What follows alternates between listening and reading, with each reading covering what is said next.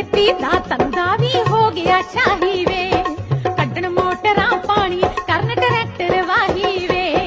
कड्डण मोटरां पानी करन ट्रैक्टर वाही वे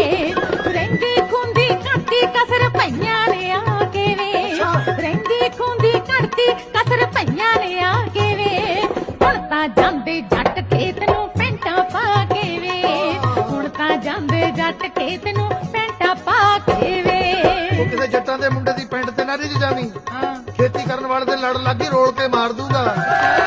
20 ਪਈਆਂ ਦੀ ਰੋਟੀ ਤੈਨੂੰ ਲਾਉਣੀ ਪਿਆ ਕਰੂ